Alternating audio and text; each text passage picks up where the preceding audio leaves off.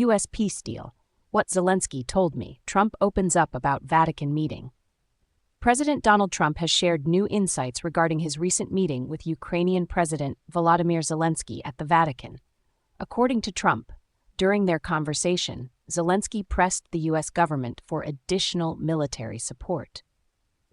The meeting between Trump and Zelenskyy took place during the funeral of Pope Francis at the Vatican on Friday.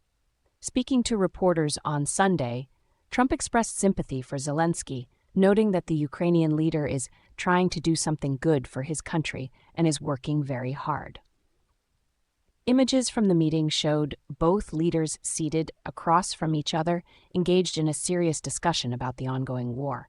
Reflecting on their talks, Trump admitted he was surprised and disappointed, very disappointed, that Russia continued its missile attacks on Ukraine despite earlier negotiations involving President Vladimir Putin and Trump's peace envoy Steve Witkoff. "I was very disappointed that missiles were flying by Russia," Trump stated. However, Trump appeared reluctant to fully meet some of Zelenskyy's requests, as he indicated while speaking to journalists at an airport in New Jersey. He remarked, "Zelenskyy told me he needs more weapons, but he's been saying that for 3 years now." Discussing his expectations from President Putin, Trump said, "What I want is for him to stop firing, sit down and sign the agreement. We already have the framework of a deal, I believe, and I want him to sign it and bring this to an end."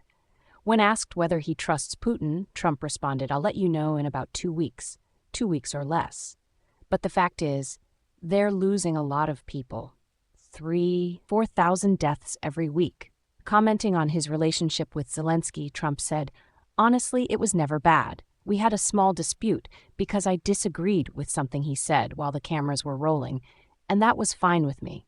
Look, he's facing a very tough battle against a much larger force."